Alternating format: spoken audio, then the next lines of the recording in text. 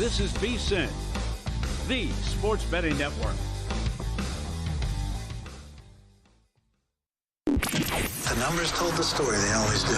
It's one of those idiots who believe in analytics. This is a numbers game with Gill Alexander on VSiN. Good Thursday morning to you. It is a numbers game at VSiN, the sports betting network, VSiN.com Game Plus, iHeartRadio, YouTube TV. So many ways to take us in. We're just happy you choose one of them. That's right. We're grateful. It's Gill Alexander. It's Kelley Bidlin, everybody. Producer number 9. So much more than a producer. At the desk. What's happening, man? Not much. How you doing? I'm good. I'm very good. We have a Thursday without the Crack Man. We should probably start there. We do. Crack texted me yesterday. He's like, last minute thing. I got to go to the East Coast. I got to get on a flight. It happens to be during the show, so I can't do it tomorrow. So a rare Thursday without the Crack Man. Okay. We called an audible. So we did. We were like blue 42 at the line of scrimmage. And those of you who know our audible calls, that means Adam Burke shows up. Yeah, that means Adam Burke. Adam Burke shows up. Adam Burke at Skating Tripods. We're going to talk Major League Baseball with him today. 2 games today, both American League Game 4s today, which means that it's possible elimination games for the Guardians and the Royals. We'll get into all that here momentarily. Tyler Shoemaker will join us to talk WNBA. Best of 5 finals. Who you got? Liberty, Lynx. Who you got?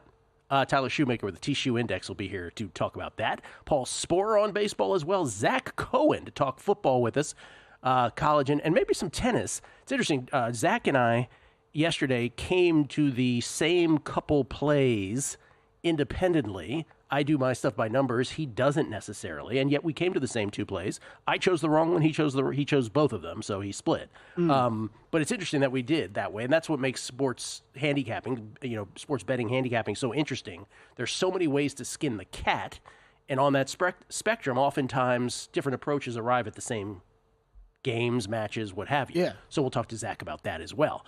We begin, though, with baseball yesterday. Kelley, maybe the greatest day of the year for me as a sports fan. Again, the baseball quadruple header. I shouldn't say greatest day. It's the best day of the best month.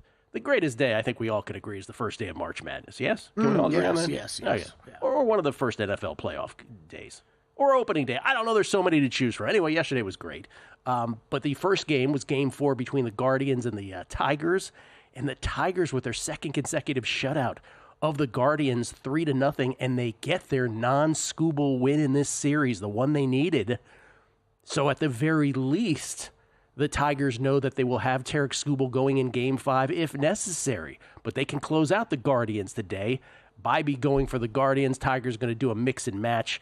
The Guardians slight favorites at -150. And again, we'll get the thoughts of Sporer, Burke, everybody on this one. And then the second game yesterday, the Phillies and the Mets. Goodbye, Philadelphia Phillies. Congratulations, everybody who is back in the New York Metropolitans. As a grand slam from Francisco Lindor is the big swing. Lindor acted like it was just a solo shot in May. I loved it. I loved the reaction. Just a solo shot in May. That's all it was. The Phillies were flirting with disaster for this entire game. The only lean that I gave yesterday was the Phillies' first 5, which somehow got there. Wow. Complete luck. Suarez was in and out of jams. The Phillies were in and out of jams the whole game. And finally, it was one too many jams, basically. Jam. And the Mets were able to take it 4-1 in the game and 3-1 in the series. And the New York Mets are headed to the National League Championship Series for the first time since 2015, when, of course, they famously lost to the Royals in the World Series that year. But the Mets, good on the Mets, who, as we know, needed the last day doubleheader to actually qualify for the postseason. And now they're the first to advance to the championship series, and we will find out again today and tomorrow who the other teams will be. So glad the Mets are there, though. Like for all the I don't have any bets, not involved at all, but for all the Mets fans we know, you're happy for them. Yes, you are. And for us sitting on the sidelines, it just means we get another series of even more important games that we get to watch them sweat out, which is just that's higher entertainment value. When the Giants won those 3 World Series at the beginning of the last decade, we used to call it torture. Right, it was torture. Yes, the whole thing was torture, and then it ended beautifully. Third game yesterday, chronologically, was the Royals and the Yankees. That's actually one of the 2 games, again, going today. Game 4, the Yankees got it done yesterday, 3-2 on the strength of a Giancarlo Stanton solo shot in the top of the 8th to break the tie. So the Yankees now have Garrett Cole set up for Game 4 today. They are a minus 120, they're a minus 140-ish favorite in today's game. Let's call it minus 155 now, pardon me, to close it out. Yeah. The Royals desperately trying to get to a Game 5 where they'll have Cole Reagans going, but this is advantage Yankees. In a game yesterday that was almost as noteworthy for Bob Costas' gaffes. Did you see this at all yesterday? No, I didn't. I had the game on. I didn't have the volume on much. So Kauffman Stadium's kind of dark, so maybe like Bob's not seeing well. But Andy Isbell had a RBI in the fifth that cut the Yankees' lead 2-1. It was down the left field line, and it was a screamer down the left field line. And Costas acted like, nothing was happening. And then all of a sudden when Landy was like, oh, that's an RBI double. Or whatever it is. That's an RBI. So that was the first one. I saw the play. That was the first one where you're like, did he see that coming? Like, did he not see where that ball was going? And then the big one that everybody's going to talk about is in the the bottom of the eighth when it was 3-2 Yankees. And I even transcribed it for you, Kelley, because I knew how entertained you'd be by this. Yes. This is Vinny Pasquantino is at the plate, runner on first. Again, the Royals are down 1. Costas, line drive base hit to center field. It was smothered out there. I don't know if it was caught. Darling is like, it was caught. Darling goes, it was caught. Costas goes, oh my gosh. It's just bad. And then there was this. And oh also, my gosh was pretty good, Costas. Oh my gosh. And then the worst thing, I don't know who caught this, but then they went to a 2-shot of Costas and Darling in the booth. And God bless Bob Costas. He's one of the great legendary broadcasters, but this was not a good night for him. And they did a 2-shot, and so Costas said something, and then it was time for Darling to talk, and he did this very strange. I thought he was joking. You know that thing where you do when I say lean in and you put your hand on your... Yeah. Costas did. Okay, he just goes... And I thought he was joking, but he wasn't. By the way, T. Sheldall, glad someone brought up Bob Costas because I have brought this up before. He said it's beyond bad. I watch on mute. He's more enthusiastic about a foul ball than a ground ball to end the game. He's supposed to bring the gravity of the moment to the viewer, especially in playoffs, but he's indifferent and boring. I used to love Bob Costas. I just feel bad that it just seems like he doesn't see things correctly anymore. That one in the eighth was brutal. Anyway. I mean, he's a pro. I'm not making any excuses. Baseball's a tough sport to call from that perspective, though, just because there's so many lulls and then so many major moments. Listen, I don't know who the teenage Power Ranger mutant whatevers are, so we all have our flaws. But I just it was noteworthy for that. Anyway, Yankees try to close it out today against the Royals, and they got Cole going against Waka. And then the final series, man, was I wrong about this. I thought this was a series that was going to end in 4.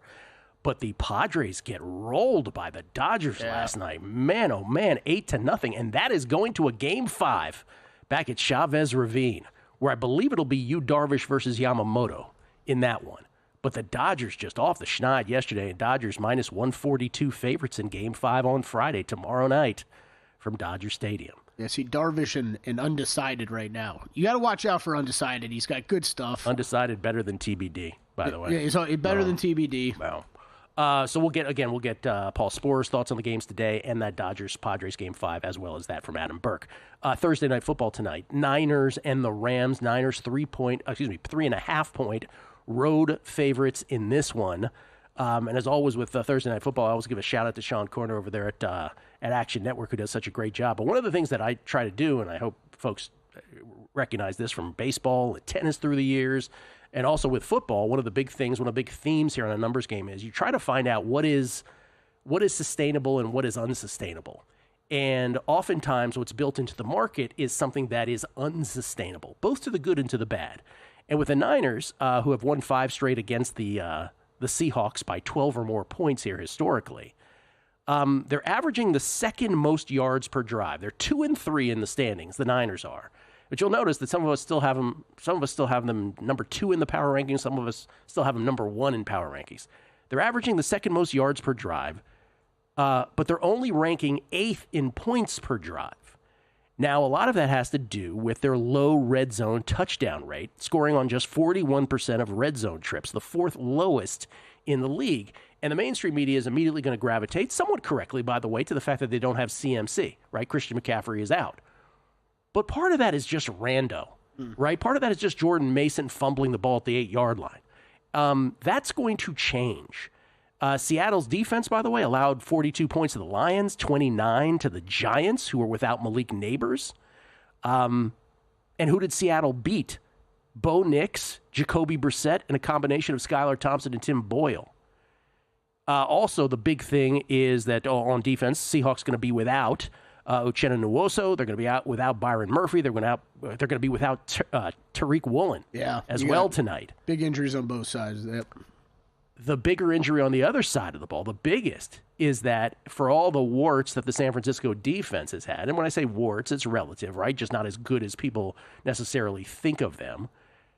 Big loss for the Seahawks tonight on the offensive line. No George Fant, right? He's on injured reserve with a knee injury. Stone Forsythe has been filling in for him.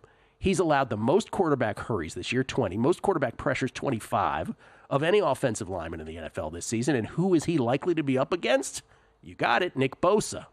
You put all that in the mix. For me, I'm all over the Niners. I loved it on guessing lines. I love the first reaction of guessing lines. I'm sticking with it right here. I've got the Niners minus 3.5 as my Thursday night football play. Yeah, I like it. I'm mad I didn't get involved at 3. This is the Seahawks offensive line. It's just been an issue from start of season to where we're at right now. You wonder how good this team could be if they cleaned up the issues there in the trenches. But the defensive injuries on both sides really kind of lead me to liking the over tonight. This is a huge game though. One of the biggest games of the week. I mean, you're talking about. You went through the Seahawks schedule. For tiebreaker purposes, it's a massive game. Right. I mean, Niners, You're talking about a loss against the Vikings right now, which overall NFC seeding could come into play down the line, but you lost to the Rams and the Cardinals already in the West. This is a huge game for the division. 3 conference losses, as you say, 2 of which are in division. Yeah. So if you lose this game, you are really behind the 8 ball when it comes to tiebreakers playing into the playoff situation later in the year. Yeah. So Team total over for me. Team total over for you on the Niners. Niners, yeah. Okay, there you go. Zach Cohen on the other side. A little football and tennis next. Time. There's nothing more valuable. It's what drives everyone to make the most of every moment. We celebrate living large in the now. In a city where time disappears, we create experiences that electrify the soul and memories that will last forever. We go big. We go all night. And here, everyone is invited. So get loose and get loud. This is Circa. You'll have the time of your life. Coming up Thursday on Follow the Money, 49ers Seahawks playoff baseball. Props and picks with Paul Charchian. Also the Meat Man with soccer picks. And Brad Powers on a great college football card. Follow the Money weekdays 4 to 7 Eastern on VSiN, the Sports Betting Network. Want to see who at VSiN is on a hot streak? Go to VSiN.com/picks to see all the selections and weekly leaderboard of VSiN hosts, writers, and guests. Become a VSiN Pro subscriber and get every pick sent to your inbox daily. Just head to VSiN.com/pro. So, Paulie, have you had a chance to read the VSiN Daily yet? Yeah, came in at 3 a.m. What's Bill doing up that late? Well, rumor has it, it starts off with a 12-hour meditation session. Then he just pours himself over film and live TV, really focusing and taking it all in. Bill's in with the biggest insiders, talking trade secrets, strategies, the whole nine, absorbing the info. And then and only then can the writing process begin.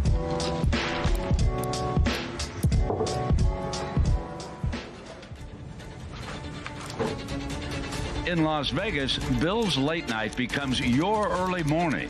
Wake up to the very latest betting insights in your inbox with the VSiN Daily. Sign up for free at vsin.com/newsletter.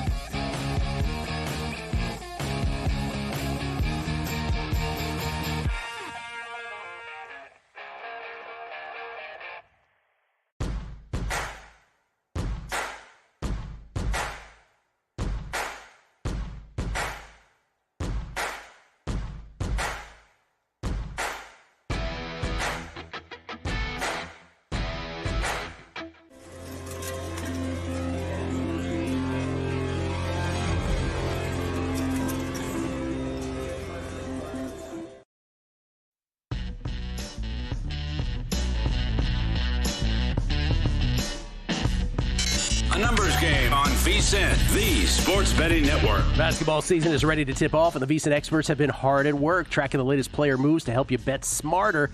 13 days away. No, let's call it 12 days away. Pardon me. From the basketball season, from the NBA season. Become a VSiN Pro subscriber today for as little as $9.99 for your first month, and get our all-new NBA betting guide featuring previews and power ratings on all 30 teams, best bets and futures from the VSiN experts, player prop and live betting strategies, plus senior NBA analysts, JVT's favorite title bets. Give yourself an edge this season. Get NBA betting guide. Get the NBA betting guide, I should say, along with a full month of VSiN Pro for just $9.99 at VSiN.com/subscribe. That's VSIN.com/subscribe. And speaking of the NBA betting guide, we have one of the guys who is the most responsible for getting it done. He is our senior writer. You can follow him on Betting on X. It's the great Zach Cohen, courtesy of the Progressive Guest Line, joining us now. How you doing, Zach? I'm doing well. Yeah, I'm partly responsible, but if you don't like it, blame JVT. I don't know. That's a good answer right there. So if you don't like it, it's JVT's primary thing. If you do like it, it was all about Zach. I'm even going to stand by that. I'll go with that, too. It was first of all, let me just say shout out to the both of you, because it's you, Zach, it's JVT, it's Adam Burke, it's you, Kelley, as well, who's part of this as well. Yeah, a little bit. What do you, if you had to guess, Zach, what's the collective number of hours that goes into producing a guide like this? Gosh, it would have to be, it's at least an hour a team for each team preview. And then, what the best bets that we do, I would say we're all spending, 20 hours writing it. Man. And you guys do a great job. What was your jurisdiction? What did you write about? I handled the Eastern Conference this year. JVT and I have been kind of switching off with all the guides we've done, which has ended up being a lot more NBA guys than you'd think. Because last year we also did, a break at the break, like All-Star break primer. We also did a playoff primer. So we've been switching off. I got the Eastern Conference this time, but I was excited to get the Eastern Conference because I wanted to talk about the Hornets a little bit. Oh, I was going to ask you, without giving away like everything you wrote about, you are high on the Hornets? I'm pretty high on the Hornets. I have them to go over 29.5. I also played their alternate win total at 35 plus at about plus 240 odds. It's a team that has been talented for years. The only real question mark with this team has been LaMelo Ball's health. He has sprained his ankle like a million times, but for some reason, this year is the year that he is going to start wearing ankle braces, even though it's been a problem throughout his entire career.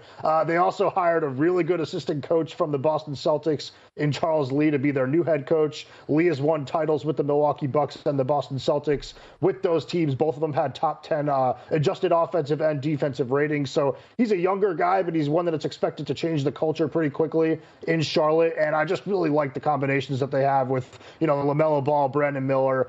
They added Josh Green from the Dallas Mavericks. They have Mark Williams coming back from injury soon, one of the better young two-way centers in the league. I just think this is a team that's going to be a lot more competitive than people think. And it's a team that wants to be competitive this year. They're not looking to tank. All right. I didn't think we'd be talking about the Charlotte Hornets on today's show, but here we are. And over for me as well. I'm right there with Zach. Okay, yes. And over on the Hornets. And by the way, let me just say this. In the Bay, there was a young player who had all kinds of ankle injuries in his first years in the NBA, and we didn't know if he would ever become a player because of those injuries, and we like to call him Steph Curry. So it worked out for him. Let's see if it works out for LaMelo Ball in Charlotte.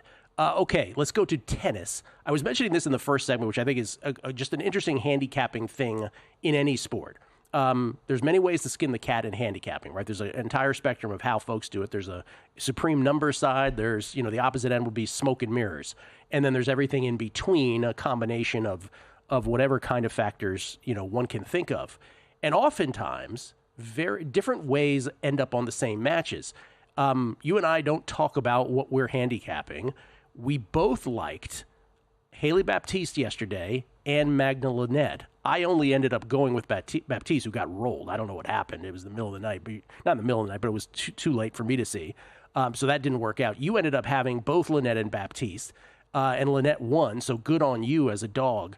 But I just think that's an interesting point, right? Like, your approach ended up on the same matches and the same sides of those matches as mine did. And so that's just something to keep in mind for handicappers, that anybody who's really arrogant about the way they do things, maybe they ought to be a little more humble about it. Yeah, and I think that's the thing with me. I am really open-minded, so I do like to look at recent form and, the statistics that I look at, via Tennis Abstract and, Tennis Viz. But at the same time, I also look at money line movement, and I saw the way that Baptiste line was moving, and I just thought that looked like the right side. So that's why I ended up jumping on it. I ended up getting absolutely crushed on that one because she got demolished. I did not watch the match either, but Lynette did end up winning, and that was one where I really just kind of trusted what I've seen this week, and it's the reason why I like her plus 4.5 games and to sprinkle plus 350 against Coco Gauff. She has just looked incredible throughout this tournament. She's hitting the cover off the ball. She's moving really well, just looks really confident. Gauff is coming off, a championship run last week, has looked a lot better since the U.S. Open, but still a player that's double faulting a lot, still can make a lot of mistakes from the forehand side. So I just think it's worth a shot on a red hot player, at a really good price. So Lynette plus the games, is that what you're doing? And sprinkling a little? Yeah, it's plus 4.5 games at plus 100, and then I also put a half unit on plus 350. All right, Lynette, who, by the way, Kelley, has not endeared herself to the Wuhan fan base by making some comment off the court about updating the virus database or something like that. She said something to that effect. So she is not beloved in Wuhan. Oh, wow. Yeah. She also tried to apologize for it after the match, and the reporter just completely cut her off. Yeah, they wouldn't let her. They were like, I'm not interested in your apology. And they kept going. Yeah, not good. Not cute. Okay, to football. Let's go to the NFL. What do you like best in week 6?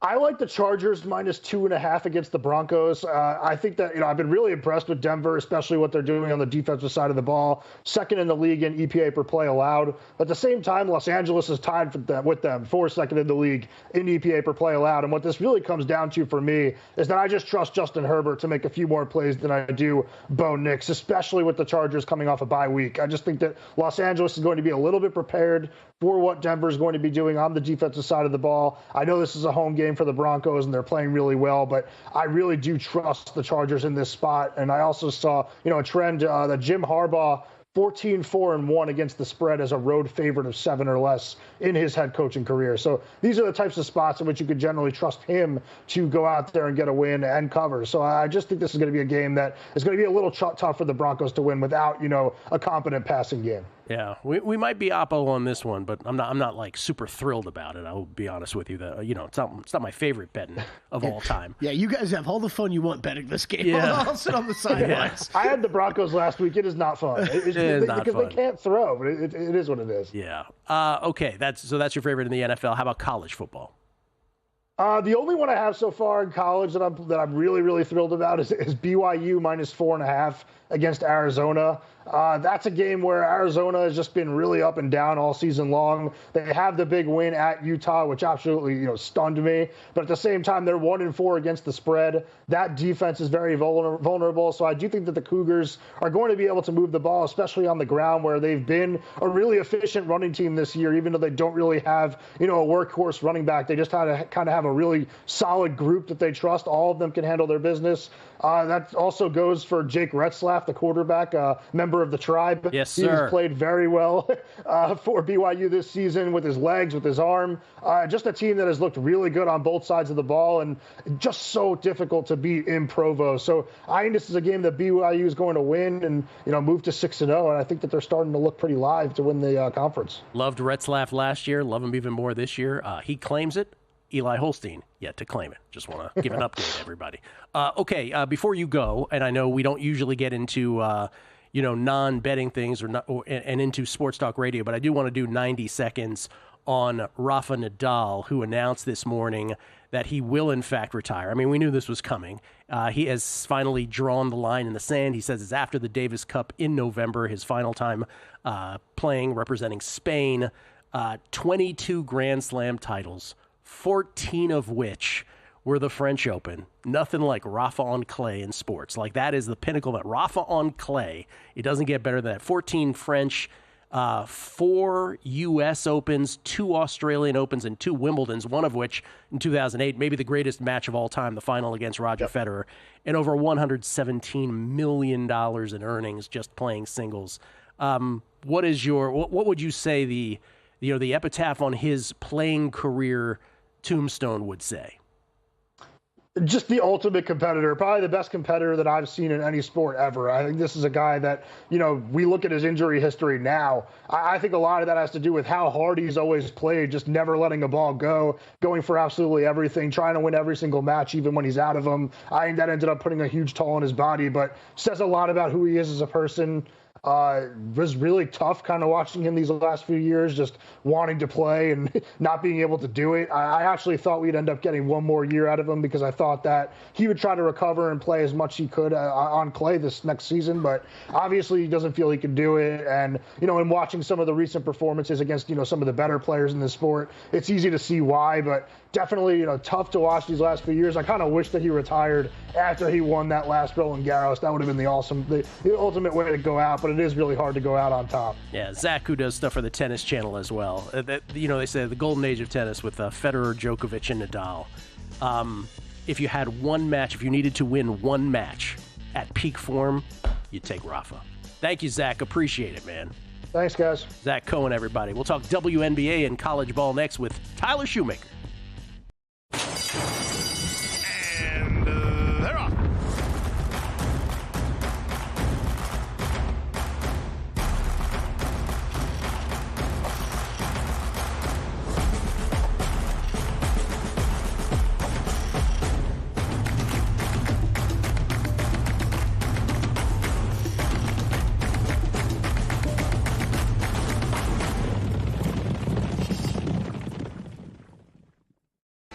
Sports betting game with VSiN's exclusive betting splits. Stay ahead with real-time market trends and track bet percentages on any matchup, then uncover the edge by comparing them to the amount of bets placed to find out where the sharp money is headed. Upgrade to VSiN Pro to access betting splits, live odds, line moves, power ratings, and in-depth game analysis. Go to VSiN.com/pro to join VSiN, the sports betting network.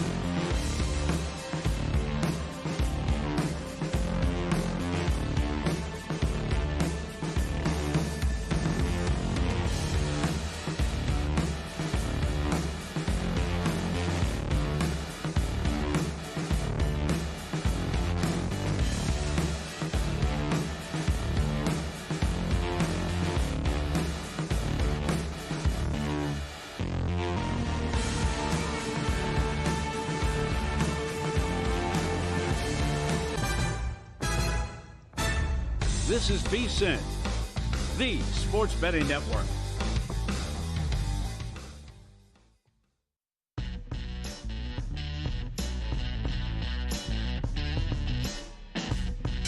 A numbers game on VSiN, the sports betting network. Put the VSiN experts to work for you this football season and start betting smarter with a VSiN Pro subscription. Sign up on a VSiN Pro annual subscription today. Get your first year for only $199. Just use promo code ANG.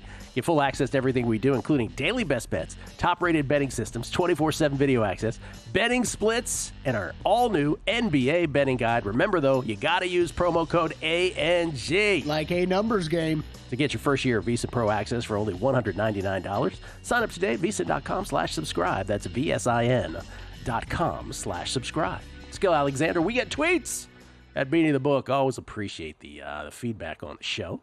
This first one is from, let's see who gets first. Ice Cold Gambler. Jason says, Crackman needs a better travel planner. He can't miss ANG. It happened so quickly. He didn't know that he was going to have to go. So this is what he ended up with. Yeah. We could go further and give all of Crack's business out, but I don't want to do that. Bill's see what happened was. Yeah, Bill's actually very good about letting us know ahead of time, like if he's not going to be here. So yeah, this was a little rare. What happened was Sports Balls, Samuel Ciara. Remember when Bobby Costas had that weird eye thing going at the Olympics? Yeah, I think he had pink eye. Pink eye, yeah. I imagine he was uncomfortable. Well, that's how uncomfortable I, get it, EYE, I see what he did there. am during these playoffs when he's calling these games. He's insufferable, Gill. This is from Rick James. Not that Rick James. How about Mahach? Plus 860 this morning. It's actually pronounced Mahach, I believe, or Mahach. I can't remember how it's pronounced. I don't even know what we're talking about. Oh, yeah, Tomas Mahach. He's a excellent player. Tomas. He's plus 860. This is one of these quarterfinals where there's nothing but big favorites on the men's side. This in Shanghai. I want to get my cities correct. But he's going up against Yannick Sinner. Sinner, by the way, if you got plus 860, that's actually a better price than I'm seeing. But when it gets up that high, not much difference between, say, a plus 700 and a plus 860. I'm not touching it. I understand your sentiment, but Sinner is Sinner. So no, not for me. Mike Rouse. Earlier in the Royals game, Costas appeared to think Judge had hit a home run, but it was caught 5 feet short of the warning track. I missed that one.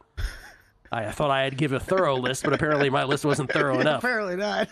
Las Vegas 514. Yo, jam. Oh, jam. Teddy, jam for me. Teddy's Jam, song by Guy. I caught that, Gill. Classic. Thank you. I'm glad somebody caught it.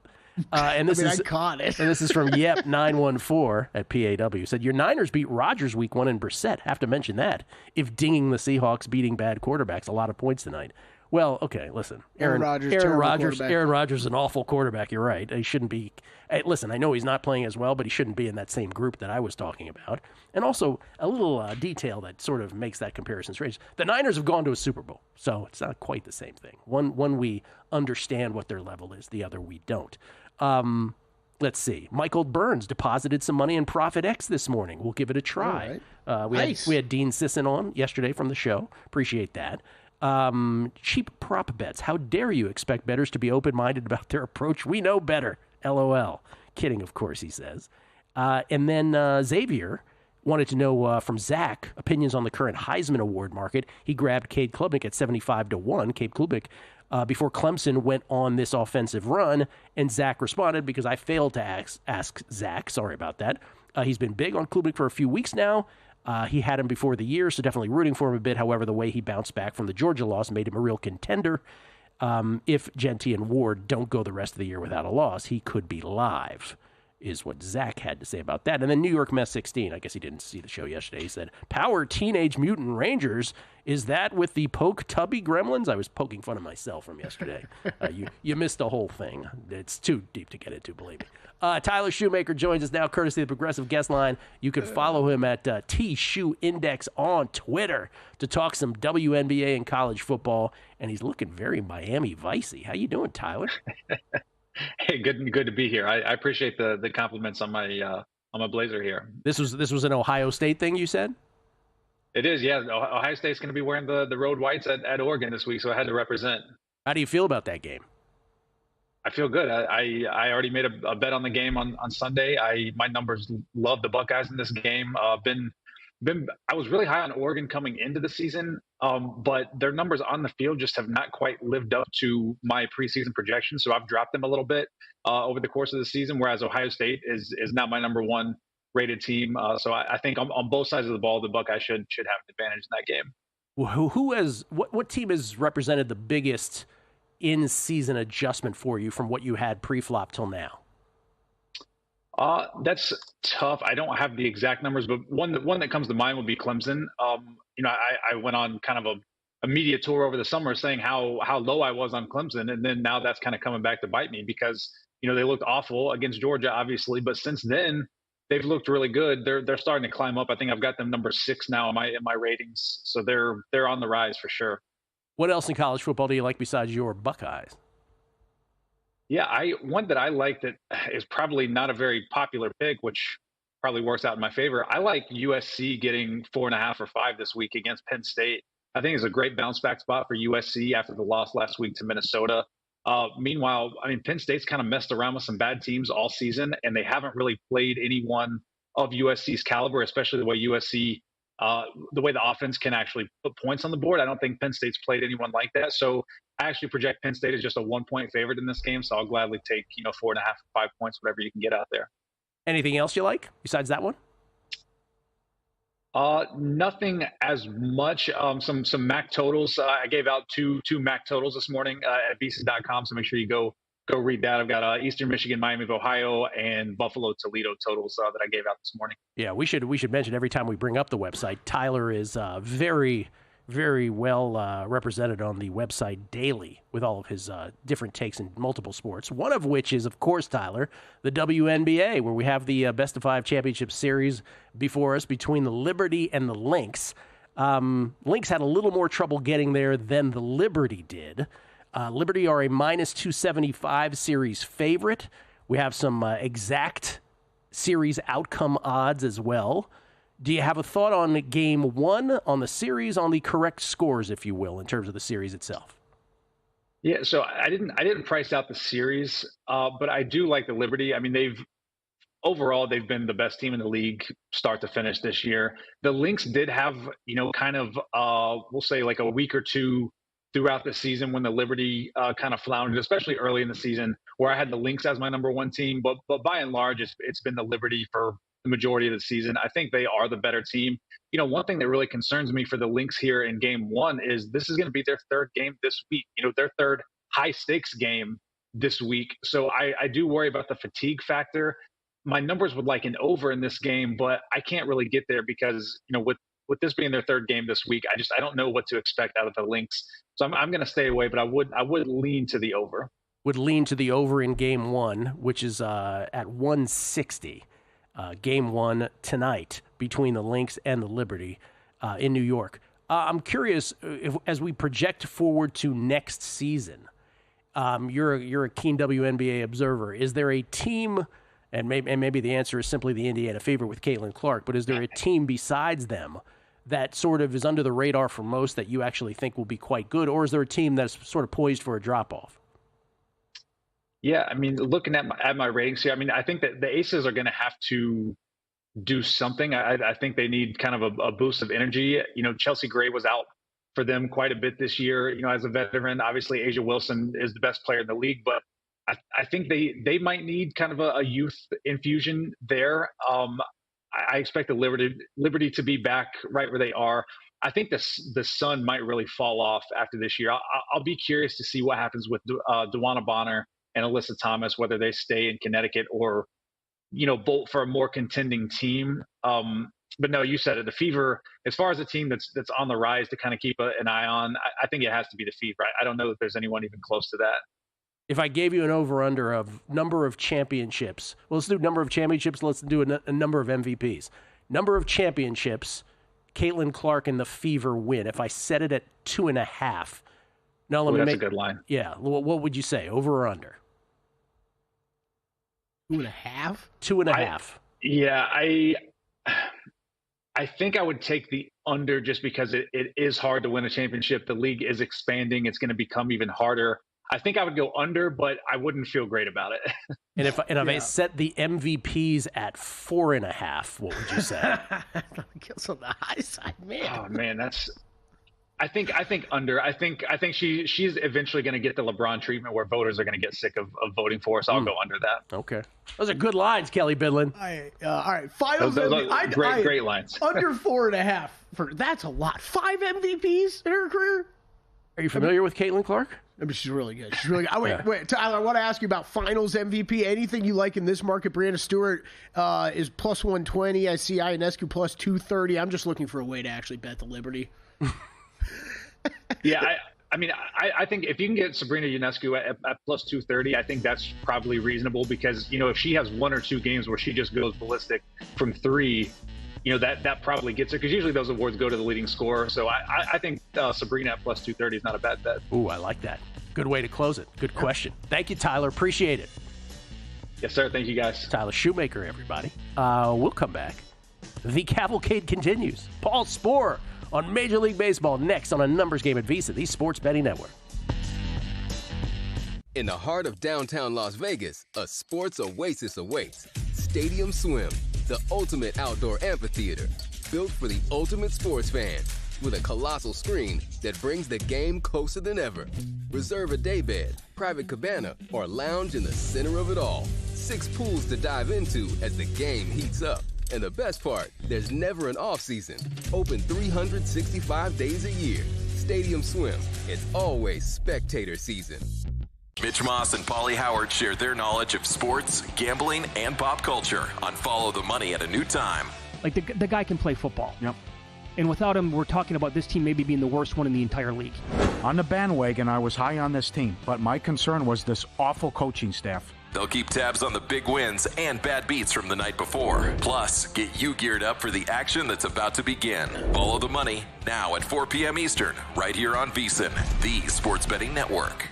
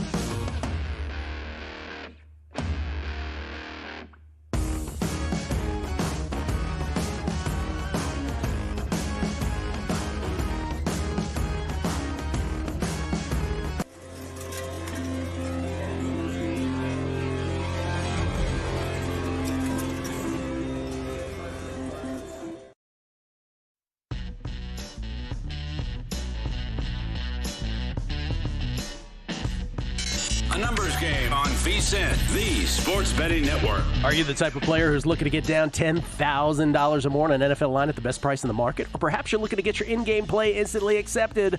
Sport Trade is for you, the app that's going to change sports betting forever. Minus 104 lines instead of the typical minus 110. Instant in-game betting and a concierge player service. Sport Trade, perfect for those who want a premium betting experience. Live right now in New Jersey, Colorado, Iowa, and Arizona. Coming to Virginia soon. Download Sport Trade. Use code VSiN to earn 10% cash back on each wager in your first week. Terms apply. You got to be 21 years or older to play. If you or someone you know has a gambling problem and wants help, call or text 1-800-GAMBLER.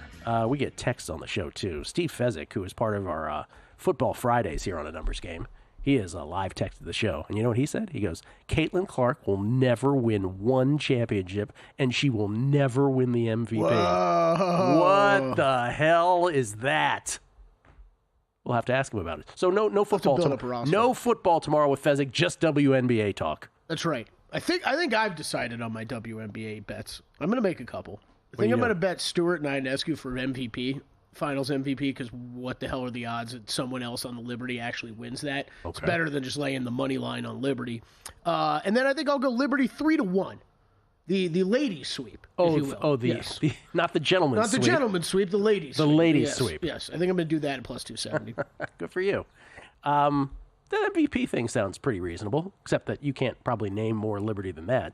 So that's the problem. Yeah, that's fair. That's fair. Okay.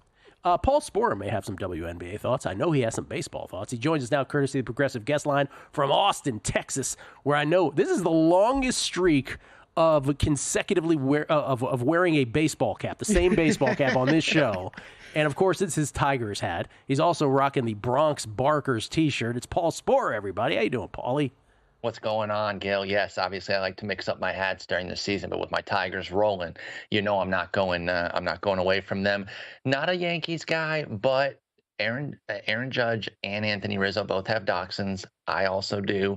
So they're automatic winners in my book. I don't really care what they do on the field, but I love both of them just for being wiener dog aficionados. Is Charlotte the dachshund?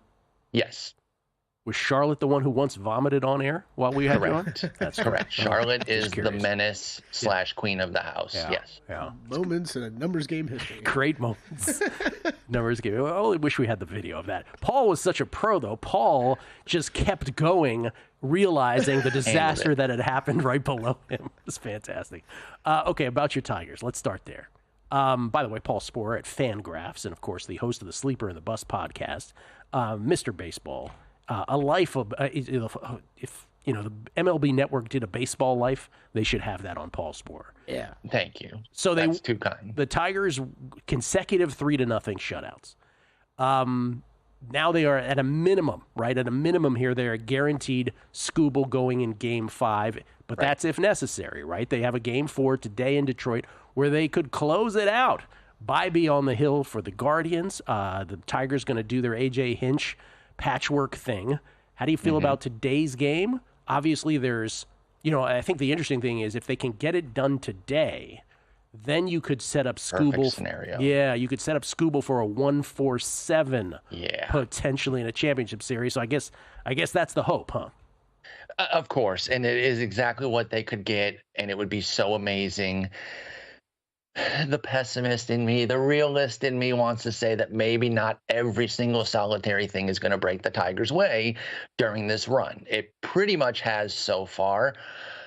That said, I'm looking at them as a home dog, and I'm feeling pretty solid here. Again, I love having kind of the backup of Scooble, in Cleveland for Game 5 if necessary, as both a Tigers fan, but even as a bettor, if you bet on the series or if you've been, following the Tigers here throughout these early playoffs. We saw Olsen make one bad pitch. It happened to be his very first pitch against Lane Thomas, a righty of all people, because he's not a very good righty hitter, and it goes out for the big homer, and that was part of that big meltdown first inning. Back in Game 1. He was pretty excellent beyond that. He had the same thing happen in his first start back against KC in September. Coming off the IL, it was going to be a shortened start. He made one bad pitch. I think it was the same piece of crap breaking ball. Like, stop throwing that thing. He threw it to Bobby Witt, and it was a grand slam. So literally 2 bad pitches is about the only damage we've seen on Reese Olson since his return off the IL. And don't forget, he was one of the best pitchers going during the first half. Now, the only tricky part there is, We don't know if he's going to throw or how long he's going to throw. And that's where the pitching chaos thing, AJ Hinch loves calling it that, and I love the little title for it. It's really only chaos for folks like us, those on the other end that don't really know, because he knows exactly what he's going to do. He might have his little trees of like, if this goes, then we go to this player, and if this goes right, then we go to this player. But he knows exactly what he's going to do. We don't. But I think if they get an opener for an inning or two and then Olsen for 5, I really, really like their chances to close it out today as a home dog with the Tigers. Wow.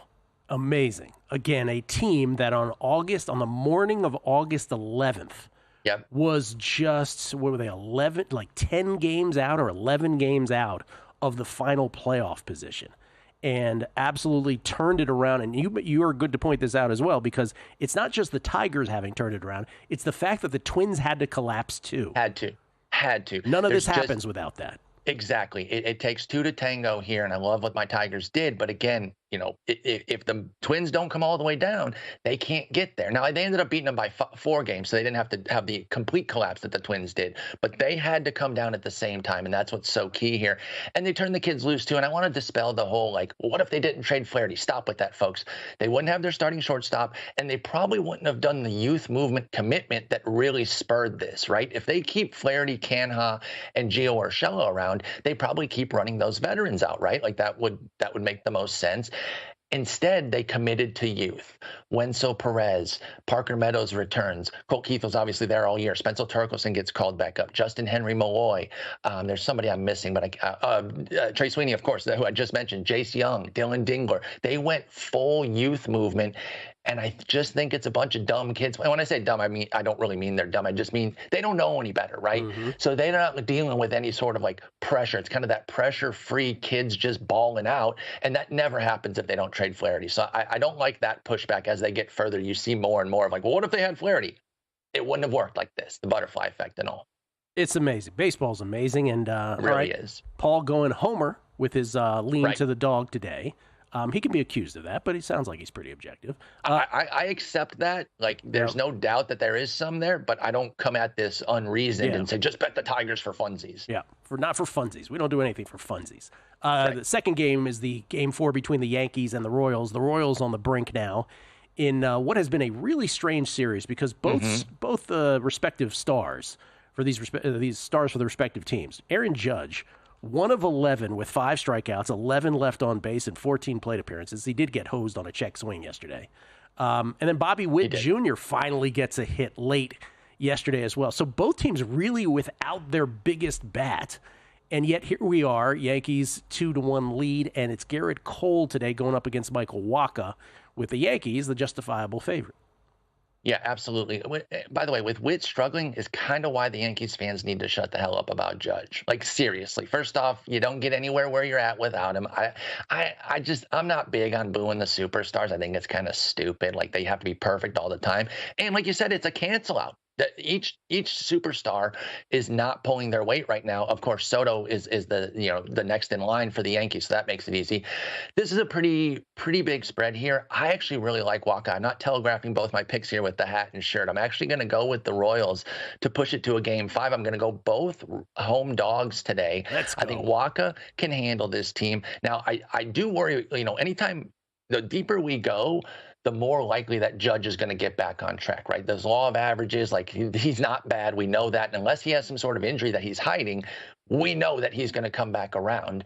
And so the longer things go with the Yankees, he'll probably come out of it. But, I think even Wacha could survive a solo or 2-run shot from him. They do have to score, though, and obviously Witt needs to step up. But I think they force a Game 5 here in a real tight one. I think it's going to be a 3-1, 2-1 type game here. I'd really like to see a nail-biter between Cole and Wacha. Obviously, Cole, one of the best pitchers in baseball, but Wacha, sneakily, one of the really, really solid mid-rotation type guys.